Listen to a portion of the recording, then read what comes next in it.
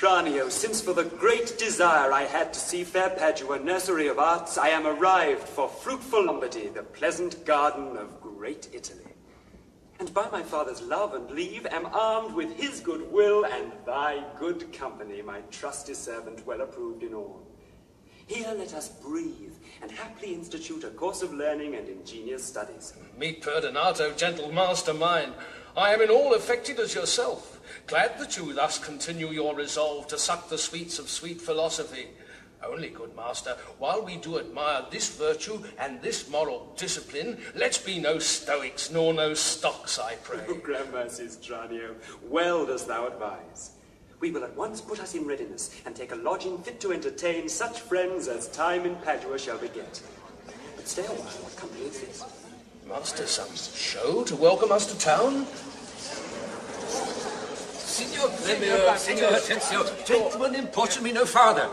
For how I firmly am resolved, you know. That is, not to bestow my youngest daughter before I have a husband for the elder. Oh, but sir. If either of you both love Katharina, because I know you well and love you well, leave shall you have to court her at your pleasure? To court her, rather. She's too rough for me. There, Hortensio. Will you, any wife? I pray you, sir, is it your will to make a stale of me amongst these mates? Mates? Maid, how mean you that? No mates for you, unless you were of gentler, milder mode. Hortensio, you shall never need to fear. You wish it is not halfway to her heart. But if it were, doubt not her care should be to comb your noddle with a three-legged stool, and paint your face, and use you like a fool. Yeah, from all such devils, good Lord, deliver us. Me too, good Lord. That wench is stark, mad, or wonderful froward. But in the other's silence do I see maid's mild behaviour and sobriety. Yeah, but she's... Tranio. Oh, well said, master. Mum, and gaze your fill. Gentlemen, that I may soon make good what I have said, Bianca, get you in. And let it not displease thee, good Bianca, for I will love thee nevertheless, my girl. Oh, pretty peach. It is best put finger in the eye, and you know why. Sister, content you in my discontent. Sir, to your pleasure humbly I subscribe. My books and instruments shall be my company. On them to look and practice by myself. Oh, Signor Baptista, will you be so strange? Sorry am I that our goodwill affects Bianca's grief. Why will you mew her up, Signor Baptista, for this fiend of hell, and make her bear the penance of her tongue? Gentlemen, content ye. I am resolved. Go in, Bianca. And for I know she taketh most delight in music, instruments, and poetry. Schoolmasters will I keep within my house, fit to instruct her youth. If you, Hortensio, or Signor Gremio, you know any such, prefer them hither. For to cunning men I will be very kind, and liberal to mine own children in good bringing up. And so, farewell. Katharina, you may stay, for I have more to commune with Bianca. Why, and I trust I may go too, may I not? What shall I be appointed hours, as though belike I knew not what to take and what to leave, eh? Yeah, you may go to the devil's den. Your gifts are so good, here's none will hold you. Well, Hortensio, farewell.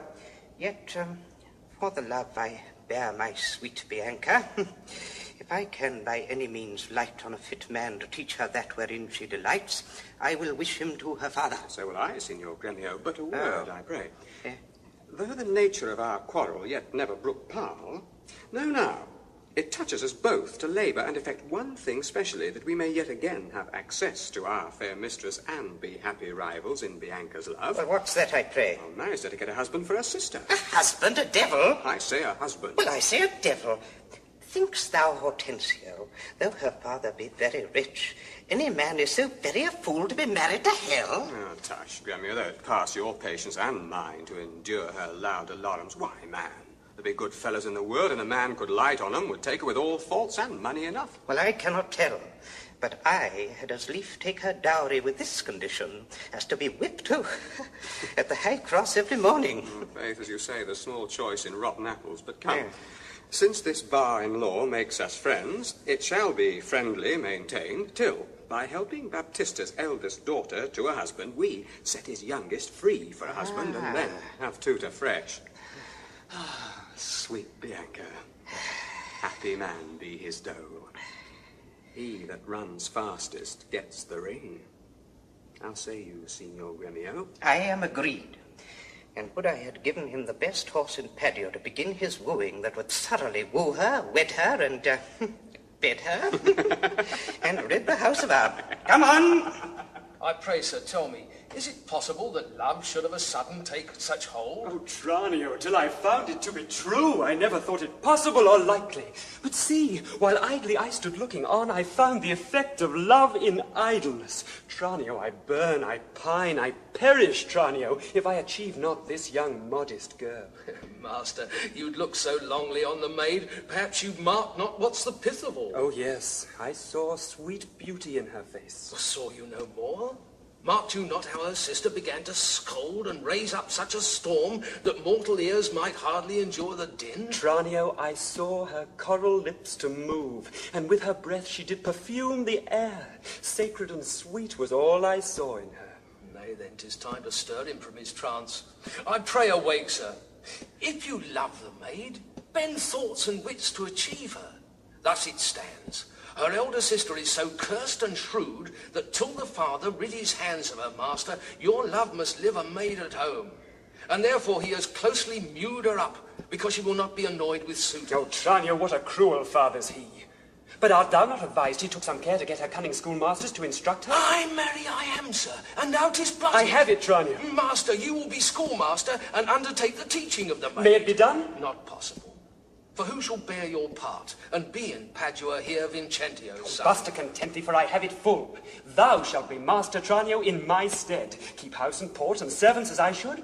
I will some other be, some Florentine, some Neapolitan, or meaner man of Pisa. 'Tis hatched and shall be so. Tranio, at once uncase thee. Take my coloured hat and cloak. I am content to be Lucentio, because so well I love Lucentio. Tranio, be so, because Lucentio love. Tranio, let's go. One thing more rests, that thyself executes to make one among these wooers. If thou ask me why, suffice it my reasons are both good and weighty.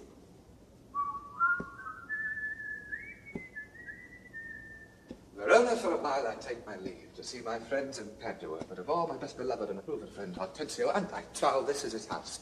Here, Sir Grumio, knock, I say. Knock, sir? Whom should I knock? Is there any man who's refused your worship? Villain, I say, knock me here soundly. Knock you here, sir? Why, sir, what am I, sir, that I should knock you here, sir? Villain, I say, knock me at this gate and rap me well, or I'll knock your knave's pate. I should knock you first, then I know after who comes by the worst. Will it not be? Faith, sir, and you'll knock, I'll ring it. I'll see how you can solve fire. Ow! Well, Martha, tell me, Martha. No, I bid you, sir, a villain! Now, my good friend Grumio and my old friend Petruchio. Well, Hortensio, I bade the rascal knock me at your gate. Knock at the gate? Oh, heavens, spake you not these words. Plain, sidder, knock me here, rap me here, knock me well and rap me Grumio. soundly. Come you now, we're knocking at the gate. Land begone or talk. Petruchio, patience! I am Grumio's pledge, your ancient, trusty, pleasant servant Grumio. And tell me now, sweet friend, what happy gale blows you to Padua here from old Verona? Such wind as scatters young men through the world to seek their fortunes further than at home where small experience grows. But in a few, Signor Hortensio, thus it stands with me. Antonio, my father, is deceased. And I have thrust myself into this maze, happily to wive and thrive as best I may. Crowns in my purse I have, and goods at home, and so I'm come abroad to see the world. Petruchio, shall I then come roundly to thee and wish thee to a shrewd, ill-favoured wife? Thou hast thanked me but a little for my counsel, and yet I'll promise thee she shall be rich, and very rich.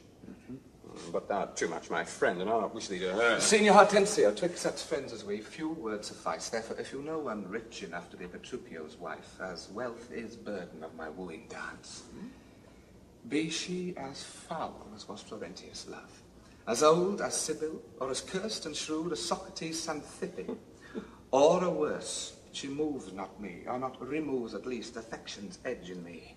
Was she as rough as are the swelling Adriatic seas? I come to wive it wealthily in Padua. If wealthily, then happily in Padua. No, look here, sir. He tells you flatly what his mind is. Well, give him gold enough and marry him an old trot with ne'er a tooth in her head. But you have as many diseases as 52 horses. Why, nothing comes amiss, some money comes with all. Petruchio, since we have stepped thus far in, I will continue that I broach in jest.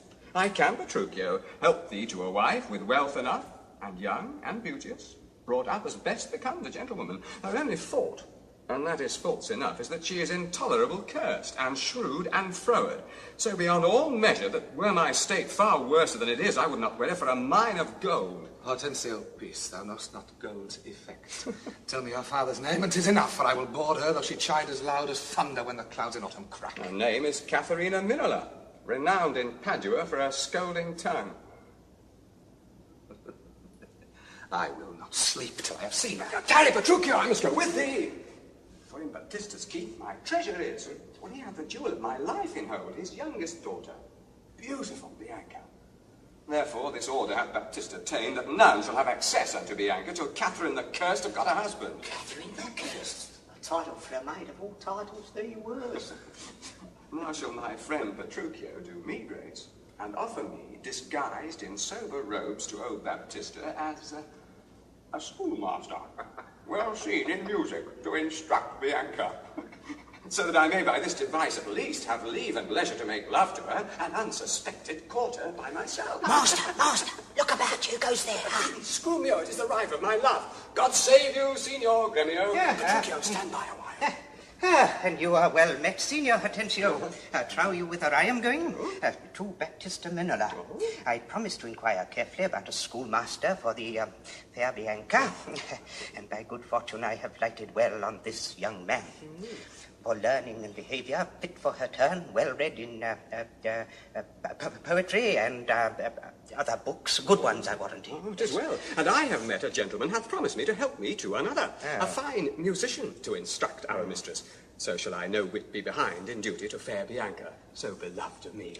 Beloved of me, and that my deed shall prove. Gremio, it is now no time to vent our love. Listen to me, and if you speak me fair, I'll tell you news indifferent good for either. Here is a gentleman whom by chance I met, upon agreement from us to his liking, will undertake to woo cursed Catherine, yea, and to marry her if her dowry please. So said, so done as well. Hortensio, have you told him all her faults? I hear she is an irksome brawling scold. If that be all masters, I hear no harm. Oh, sir, such a life with such a wife is strange. But if you have a stomach, to it a God's name. Will you woo this wild cat? Will I live? What came I hither but to that intent? Think you a little din can daunt mine ears? Have I not in my time heard lions roar? Have I not heard the sea, topped up with winds, rage like an angry boar, chafed with sweat? Have I not heard great ordnance in the field, and heaven's artillery thunder in the skies? Have I not in pitched battle heard loud alarums, neighing steeds, and trumpets clang? And do you tell me of a woman's tongue that gives not half so great a blow to the ear as will a chestnut in a farmer's fire? Tush, tush, for your boys with bugs. Hortensio, hark. This gentleman is happily arrived. Gentlemen, God save you. If I may be bold, tell me, I beseech you, which is the readiest way to the house of Signor Baptista Minola? Are you a suitor to the maid you talk of? Yea or no? And if I be, sir, is it any offence? No, if without more words you will get you hence. Why, sir, I pray, are not the streets as free for me as for you? Sir, let me be so bold as to ask you, did you ever yet see Baptista's daughter? No, sir, but here I do that he hath two. The one is famous for a scolding tongue, as is the other for beauteous modesty. Sir, first's for me. Let her go by. Yea, leave that labour to great Hercules. Sir, I shall not be slack. In sign whereof, please ye, we may contrive this afternoon, and quaff carouses to our mistress' health, strive mightily, but eat and drink as friends. Of all thy suitors, here I charge thee, tell whom thou lovest best, see thou dissemble not. Believe me, Kate, of all the men alive, I never yet beheld that special face which I could fancy more than any other. Ninian, thou liest. Is not Hortensio. You affect him, sister. Oh, here, I swear I plead for you myself, and you shall have him. Oh, then belike you fancy riches more. You will have Gremio to keep you fair. For him you do envy me so. Nay, then, you jest. And now I well perceive you have but jested with me all this while. If that be jest, then all the rest was so. How now, dame, whence grows this insolence? Bianca, stand aside. Poor girl, she weeps. Go ply thy needle, meddle not with her. For shame, thou hilding of a devilish spirit, why dost thou wrong her that did ne'er wrong thee? When did she cross thee with a bitter word? Her silence flouts me, and I be revenged. In thy sight, Bianca, get thee in. What? Will you not suffer me? Nay, now I see. She is your treasure. She must have a husband. I must dance barefoot on her wedding day, and for your love to her lead apes in hell. Daughter. Talk not to me. I will go sit and weep till I can find occasion of revenge. Was ever gentleman thus grieved as I? But who comes here? Good morrow. Good morrow, neighbour Baptista. Good morrow, Gremio. God save you, gentlemen. And you, good sir. Pray, have you not a daughter called Katharina, fair and virtuous? I have a daughter, sir, called Katharina. You are too blunt. Go to it orderly. You're wrong, Sian Gremio, give me leave. I am a gentleman of Verona, sir, that hearing of her beauty and her wit, her affability and bashful modesty, her wondrous qualities and mild behaviour, am bold to show myself a forward guest into your house, to make mine eye the witness of that report which I so oft have heard. And for an entrance to my entertainment, I do present you with a man of mine, cunning in music and the mathematics, to instruct her fully in those sciences whereof I know she is not ignorant. His name is Lucentio, born in Manchester. Welcome, sir, and he for your good sake. But for my daughter Catherine, this I know, she is not for your turn, the more my grief. I see you do not mean to part with her, or else you like not of my company. Mistake me not, I speak but as I find. Whence are you, sir? What may I call your name? Petruchio is my name, Antonio. I know him well. You are welcome for his sake. Saving your tale, Petruchio, I pray let us that are poor petitioners speak too. Cari, you are marvellous forward. Pardon me, Sian Gremio, I would fain be doing. I doubt it not, sir, but you will curse your wooing.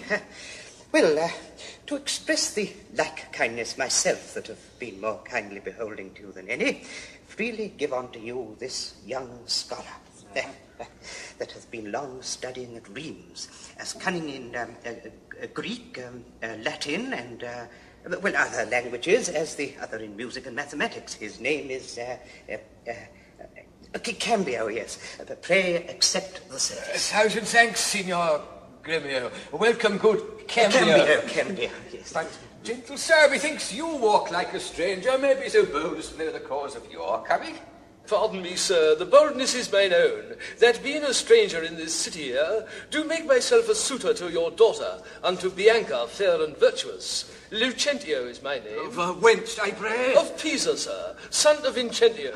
A mighty man of Pisa. By report I know him well. You are very welcome, sir. Hello within. Sir, I lead these gentlemen to my daughters and tell them both these are their tutors. Bid them use them well. We will go walk a little in the orchard and then to dinner. You are passing welcome, and so I pray you all to think yourselves. Signor Baptista, my business asketh haste, and every day I cannot come to woo. You knew my father well, and in him and me, left solely heir to all his lands and goods, which I have bettered rather than decreased. Now tell me, if I get your daughter's love, what dowry shall I have with her to wife?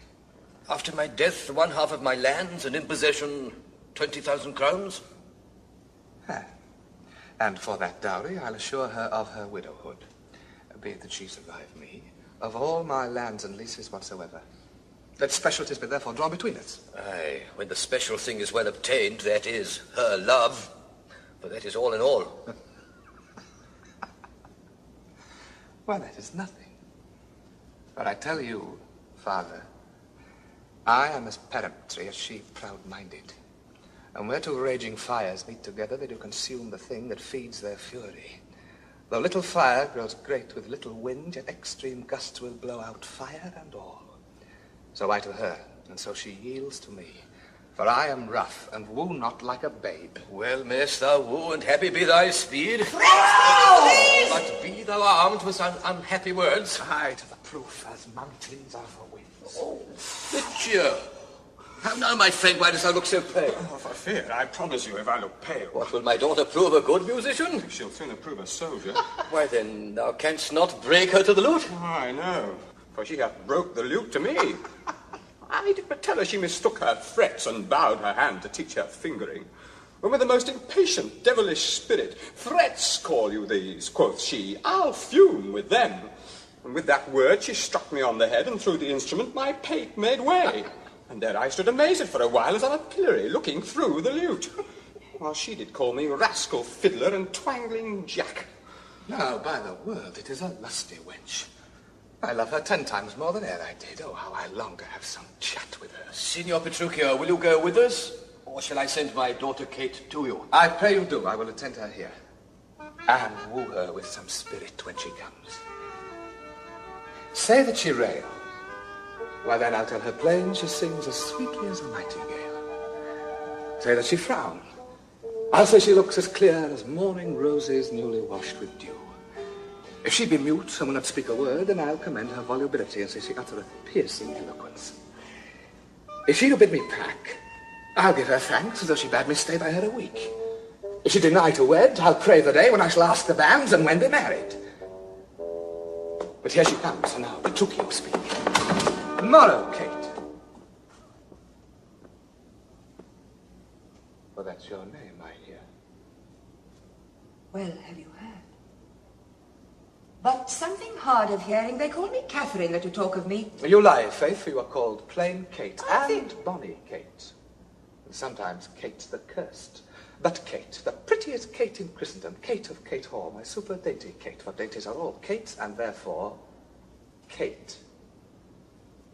Take this of me, Kate of my consolation. Hearing thy mildness praised in every town, thy virtue spoke of, and thy beauty sounded, yet not so deeply as to thee belongs. Myself am moved to woo thee for my wife. Moved? In good time. Let him that moved you hither remove you hence. I knew you at the first you were immovable. Why, what's immovable? A joint stool. Hit it. Come, sit on me. Asses are made to bear, and so are you. Women are made to bear, and so are you.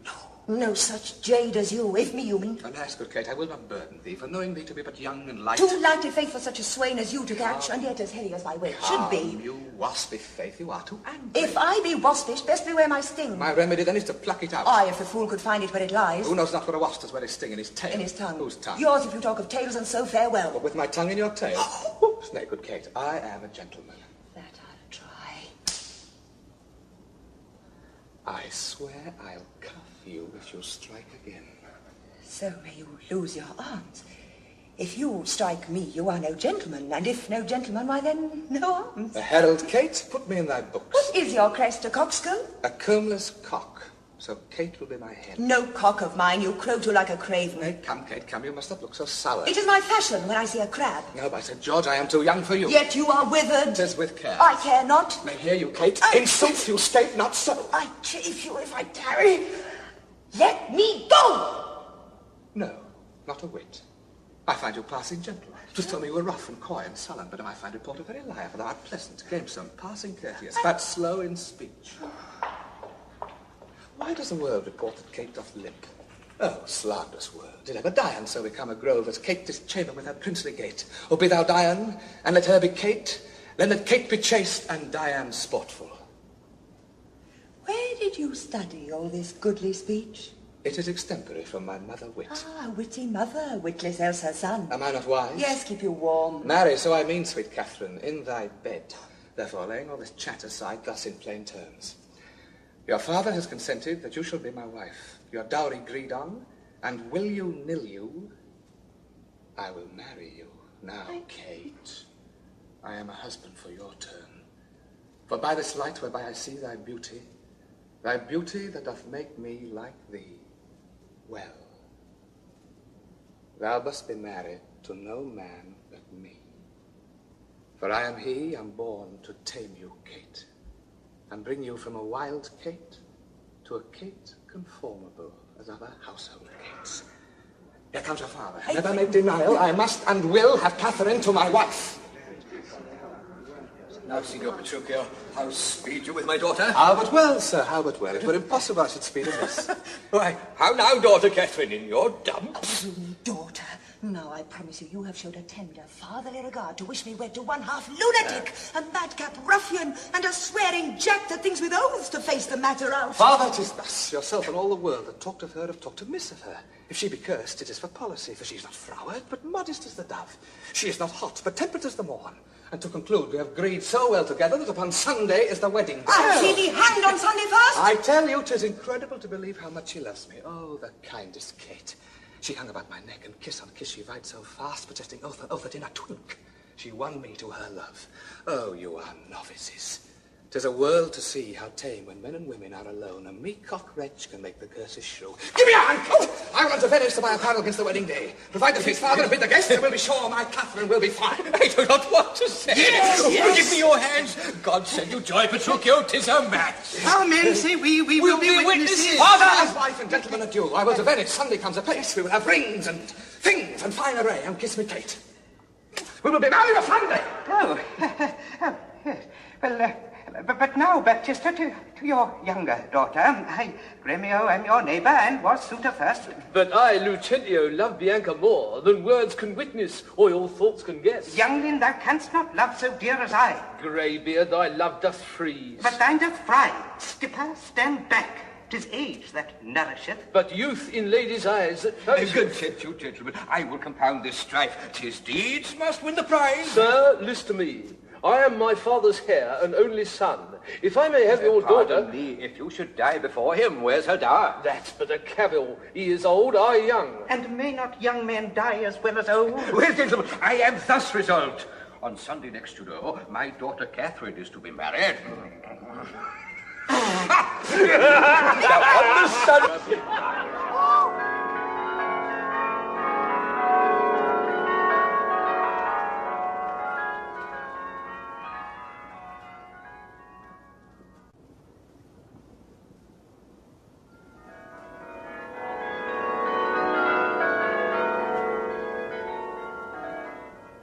Signor Lucentio, this is the appointed day that Catherine and Petruchio should be married, if we hear not of our son-in-law.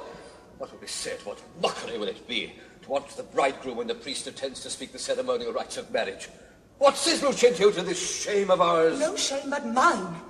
I must forsooth be forced to give my hand opposed against my heart unto a mad-brain rudesby, full of spleen, who wooed in haste and means to wed at leisure.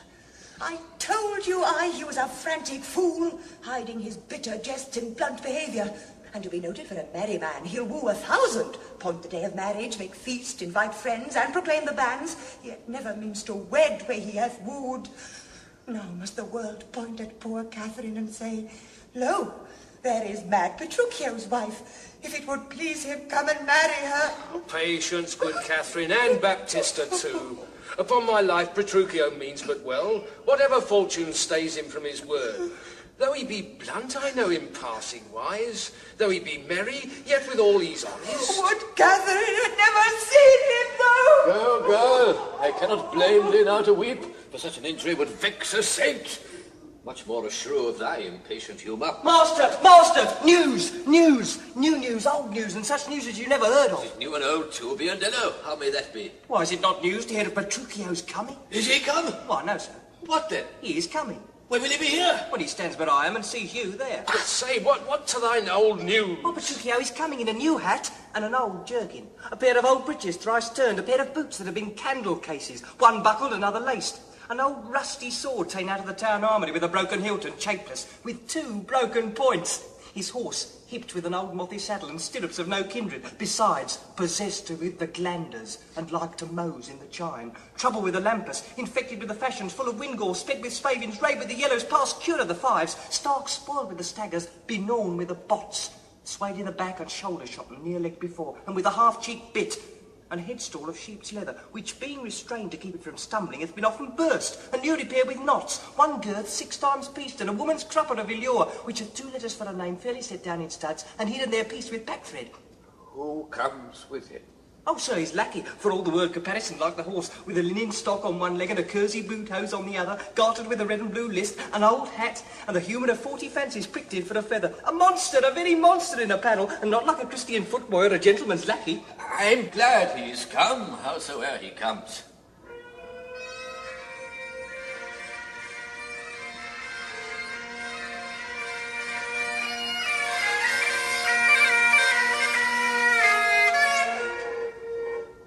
Where be these gallants? Who's at home?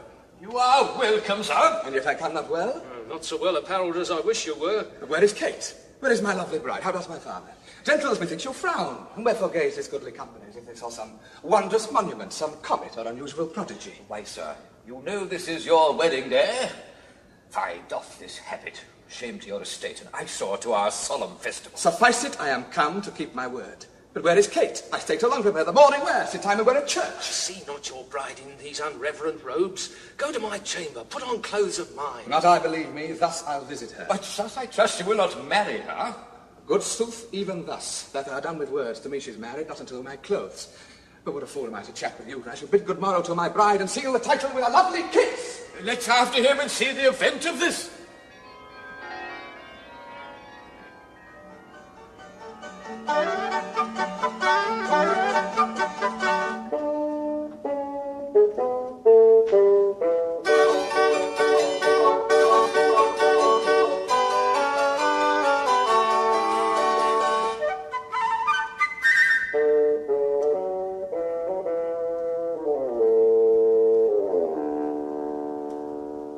Signor Gremio, came you from the church?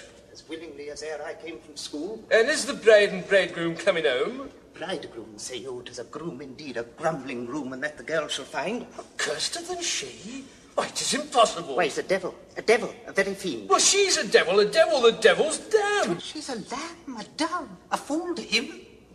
I'll tell you, Sir Lucentio, when the priest should ask if Katharina should be his wife, "Aye, by God's wounds," quoth he, and swore so loud that all amazed the priest let fall the book, and as he stooped again to take it up, this mad-brained bridegroom took him such a cuff that down fell priest and book and priest.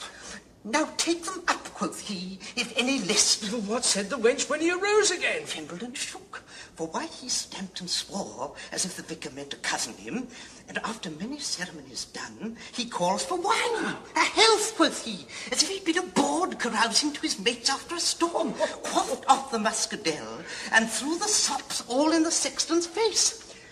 This done, he took the bride about the neck, and kissed her lips with such a clamorous smack, that at the parting all the church did echo. And I, seeing this, came thence for very shame. And after me I know the rout is coming. Such a mad marriage never was before. Hark, hark, I hear the minstrels play.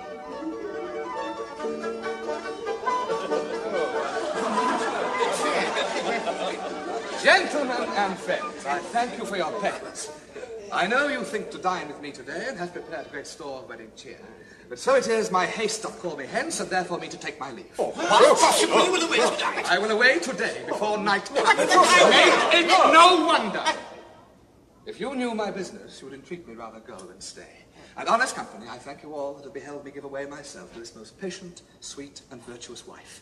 Dine with my father, drink a health to me, for I must hence, and farewell to you all. Oh, well, let us entreat you stay till after dinner. It may not be. Well, let me entreat you. It cannot be. Let me entreat you. I am content. Are you content to stay? I am content you shall entreat me stay, yet not stay. Entreat me how you can. Now, if you love me, stay. Grumio, my horse. So they be ready, the oats have eaten the horses. Nay, then, do what thou canst. I will not go today. No, nor tomorrow. Not till I please myself. The door is open, sir. There lies your way. You may be jogging whilst your boots are green. For me, I'll not be gone till I please myself. 'Tis like you prove a jolly surly groom the ticket on with the first so roundly. Okay, content thee, prithee, be not angry. I will be angry. What hast thou to do? Father, be quiet. He shall stay at my leisure. Marry, sir, now it begins to work. Gentlemen, forward to the bridal dinner. I see a woman nearly made a fool if she had not a spirit to resist. They shall go forward, Kate, at thy command. Obey the bride, you that attend on her. Go to the feast, revel and domineer. Carouse full measure till her maidenhead. Be mad and merry or go hang yourself. But for my one Kate, she must be me. Nay, look what they can stop the strain of fret. I will be master of what is mine own. She is my goods, my chattels. She is my house, my household stuff, my field, my barn, my horse, my ox, my ass, my anything. And there she stands. Touch whosoever dares. I'll bring my action on the proudest he that stops my way and touch her. I'll prove you, sir! We are beset with thieves. Draw forth thy weapon. Rescue our mistress if there be a man. Fear not, sweet wench, they will not harm thee, Kate. I'll buckler thee against a million. Let them go. A couple of quiet ones.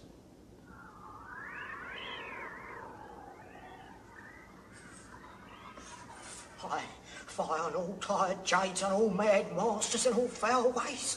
Was ever man so beaten? Was ever man so rayed? Was ever man so weary? Hello there, Curtis! Who is it that calls so coldly? A piece of ice. Provide good Curtis. Is me master and his wife coming, Grumio? Aye, Curtis, I'm there for fire cost on no water. Already? And call forth Nathaniel, Joseph, Nicholas, Philip, Walter, Sugarsop, and the rest. Are they all ready? What? No, hold on, still, take my horse! Portcock's bashing silence. Yes, Gregory, Nathaniel, Philip. Here, sir. Here, sir. Here, sir. Here, sir. Yes, sir. Here, sir. Here, sir. Here, sir. You logger-headed and unpolished grooms. What? No attendance, no regard, no duty? Where's the foolish knave I sent before? Here, sir, and as foolish as I was before. You peasant. Swain. You horse and malt-horse drudge. Did I not bid thee meet me in the park and bring along these rascal knaves with thee? Go, rascals, go and fetch my supper in! Where is the life that late I led? Sit down, Kate, and welcome. Food. Food. Food. Food! Why, I say? My good sweet Kate, be merry. Off with my boots, you rogue, you villain, when? It was a friar of orders grey, as he forth walked out, you rogue, you pluck my foot out, I take that, and the plucking of the other. Be merry, Kate. Some water? Water! Walter! Where's my spaniel Troilus? Troilus? Where are my slippers? Slippers? Slippers! Shall I have some water? Water! Come, Kate, and wash, and welcome heartily, you wholesome villain, will you let it fall? Patience, I pray you, 'twas a fault unwilling. A whoreson, beetle-headed, flap-haired knave. Come, Kate, sit down. I know you have a stomach. Will you give thanks, sweet Kate, or else shall I? What's this? Mutton? Aye. Who brought it? Aye. 'Tis burnt, and so is all the meat. Dogs are these. Where is the rascal cook? How durst you, villain, spring it from the dresser and serve it thus to me that love it not? Here, take it, you! Take just half and all!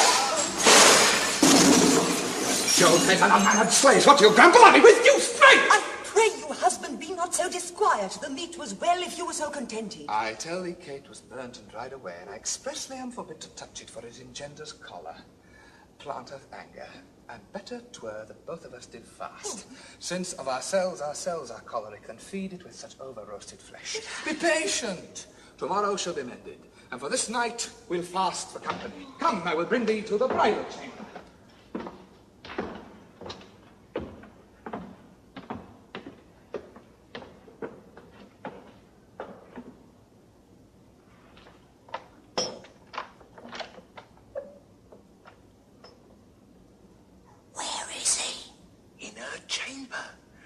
A sermon of continency to her, and rails and swears and rates that she, poor soul, knows not which way to stand, to look, to speak, and sits as one new risen from a dream. Away, away, for he is coming hither. Thus have I politically begun my reign, and 'tis my hope to end successfully. My falcon now is sharp and passing empty, and till she stoop, she must not be full gorged. She ate no meat today, nor none shall eat. Last night she slept not, nor tonight she shall not. As with the meat, some undeserved fault I'll find about the making of the bed. And here I'll fling the pillow, there the bolster, this way the coverlet, another way the sheets. Aye, and amid this hurly I intend that all is done in reverent care of her. And in conclusion, she shall watch all night. And if she chance to nod, I'll rail and brawl, and with a clamour keep her still awake. This is the way to kill a wife with kindness, and thus I'll curb her mad and headstrong humour. He that knows better how to tame a shrew, now let him speak. 'Tis charity to show.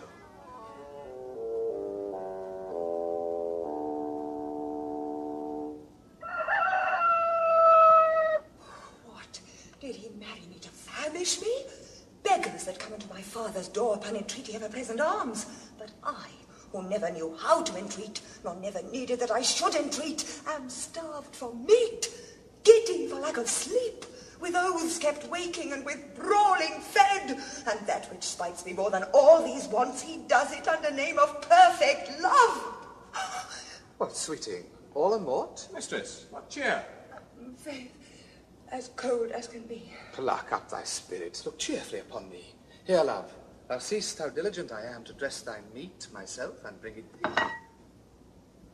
I'm sure, sweet Kate, such kindness merits thanks. Oh, not a word. Nay, then thou lovest it not. Here, take away the dish. I pray let it stand. The poorest service is repaid with thanks, and so shall mine be ere you touch the meat. I thank you, sir. Much good do it unto thy gentle heart. And now, my honey love, we will return unto thy father's house, and revel it as bravely as the best, with silken coats and caps and golden rings, with ruffs and cuffs and farthingales and things, with scarves and fans and double change of bravery, with amber bracelets, beads, and all this knavery. What hast thou dined? The tailor stays thy leisure to deck thy body with his ruffling pleasure. Come, tailor, let's see these ornaments. Here is the cap your worship did bespeak. Why, this was moulded on a porringer. Huh? A velvet dish. Fie, it is lewd and filthy. Oh. Why, it is a cockle and a walnut shell, a knack, a toy, a trick, a baby's cap. Away with it, let's have a bigger. I have no bigger. This to fit the time, and gentlewomen wear such caps as these. When you are gentle, you shall have one too, and not till then. That will not be in haste. Why, sir, I trust I may have leave to speak, and speak I will. I am no child, no babe. Your betters have endured me to say my mind, and if you cannot, best you stop your ears. My tongue will tell the anger of my heart, or else my heart concealing it will break, and rather than it shall, I will be free even to the uttermost as I please in words. Why, thou sayest true, it is a paltry cap, a custard coffin, a bauble, a silken pie. I love thee well, and if thou likest it not. Love me or love me not, I like the cap, and it I will have, or I will have none. Oh! The gown? Come, tailor, let's see it.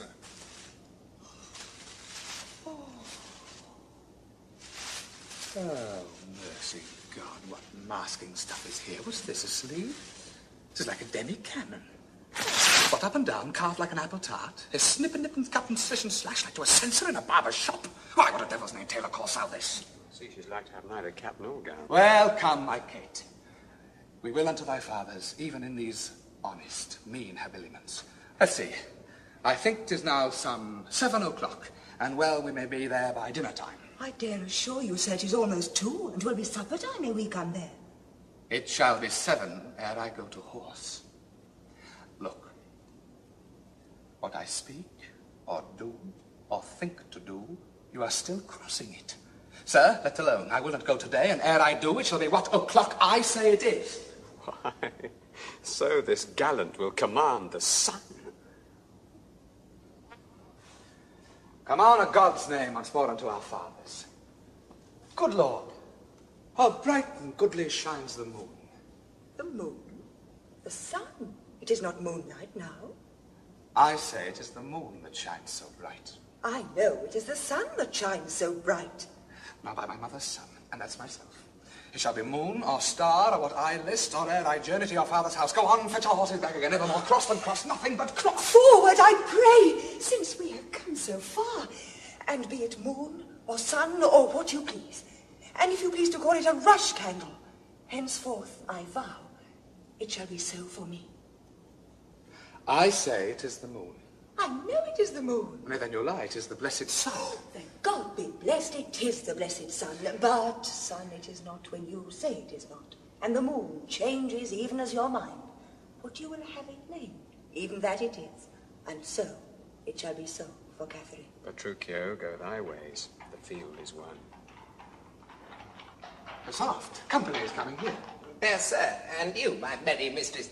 My name is called Vincentio, my dwelling Pisa, and I am bound to Padua, there to visit a son of mine, which long I have not seen. Good morrow, gentle mistress. Mistress? Tell me, sweet Kate, and tell me truly too, has I beheld a fresher gentlewoman? Sweet Kate, embrace her for her beauty's sake. Young budding virgin, Virgin? fair and fresh and sweet, whither away, or where is thy abode? Happy the parents of so fair a child, happier the man whom favourable stars allot thee for his lovely bedfellow. How now, Kate, I hope thou art not mad. This is a man. Old, wrinkled, faded, with her, not a maiden, as thou sayest he is. Pardon, old father, my mistaking eyes, that have been so bedazzled with the sun, that everything I look on seemeth green. Now I perceive thou art a reverend father. Pardon, I pray thee, for my mad mistaking. Forward, good grandsire, we shall be joyful of thy company. Husband, let's follow. First kiss me, Kate, and then we will. What, in the midst of the street? What, art thou ashamed of me? No, sir, God forbid, but I'm ashamed to kiss. Why then, let's home again. Come, sir, let's away. Nay, I will give thee a kiss. Now, pray thee, love, stay. Is not this well? Come, my sweet Kate. Better once than never, for never too late. At last, though long, our jarring notes agree. And time it is when raging war is done to smile at scapes and perils overblown. Brother Petruchio, sister Katharina, and thou Hortensio with thy loving widow, feast with the best and welcome to my house. My banquet is to close our stomachs up after our great good cheer. Pray you sit down, for now we sit to chat as well as eat. Nothing but sit. Prepared you are affords this kindness, San Petruchio? Prepared you are affords nothing but what is kind. Both our sakes, I would that were but true. Now, for my life, Hortensio fears his widow. They never trust me if I be afeard. You are very sensible, and yet you'll miss my sense. I mean, Hortensio fears you. He that is giddy thinks the world turns round. Roundly reply. Mistress, how mean you that? Thus I conceive by him. Conceives by me. That's Hortensio that. My widow says thus she conceives her tale. Oh, very well, mended. Kiss him for that, good widow. He that is giddy thinks the world turns round. I pray you tell me what you meant by that. Your husband, being troubled of a shrew, measures my husband's sorrow by his woe. And now you know my meaning. A very mean meaning. Right, I mean you. And I am mean indeed respecting you. 100 marks, my Kate, not put her down. That's my office. Spoke like an officer, I told you that. Signor Gremio. The bird you aimed at, though you hit her not. Therefore, a health to all that shot and missed. 'Tis well, sir, that you hunt it for yourself. 'Tis thought your deer does hold you at bay. Oh, Petruchio, Tranio hits you now. Thank thee for that, good Tranio. Confess, has he not hit you here? I has a little galled me, I confess, but if the jest did glance away from me to send to one it maimed you to Now, in good sadness, San Petruchio, I think thou hast the veriest shrew of all. Well, I say no. And for assurance, that each one send unto his wife, and he whose wife is most obedient to come at first when he does send for her, shall win the wager which we will propose. Content, what's the wager? 20 crowns. 20 crowns. I'll wager so much upon my hawk or hound, but 20 times as much upon my wife. 100 then. Content. A match, 'tis done. Who shall begin? That I will. Go, Biondello, bid your mistress come to me. I go. Son, I'll be your half, Bianca comes. I'll have no halves, I'll bear it all myself. How now, what news? Sir, my mistress sends you word that she is busy and she cannot come. How? She's busy and she cannot come. It is an answer. And a kind one, too. Pray God, sir, your wife send you, not worse. I hope better. Sir Biondello, go and entreat my wife to come to me forthwith. Entreat. Now she must needs come. Ah, I'm afraid so. Do what you can. Yours will not be entreated. Where's my wife? She says you have some goodly jest in hand. She will not come. She bids you come to her. Oh, worse and worse. She will not come. Oh, vile, intolerable, not to be endured. Signor Grumio, go to thy mistress. Say, I command her come to me. I know her answer. What? She will not. The fouler fortune mine. And there an end.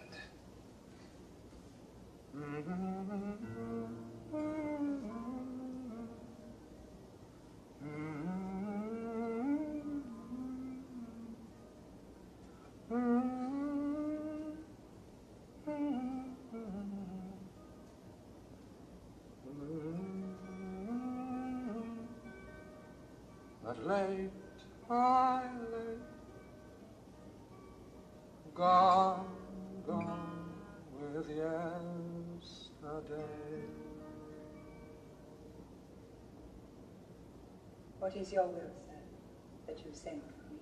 Now, by my holiday. Where is your sister and Hortensio's wife? They sit conferring by the parlour fire. Go fetch them hither. If they deny to come, swinge with them soundly forth to their husbands away, I say about it straight. Here's a wonder if you talk of a wonder. So it is. I wonder what it bodes. Married peace it bodes. And love. And quiet life. Unlawful rule and right supremacy. In short, what not that's sweet and happy.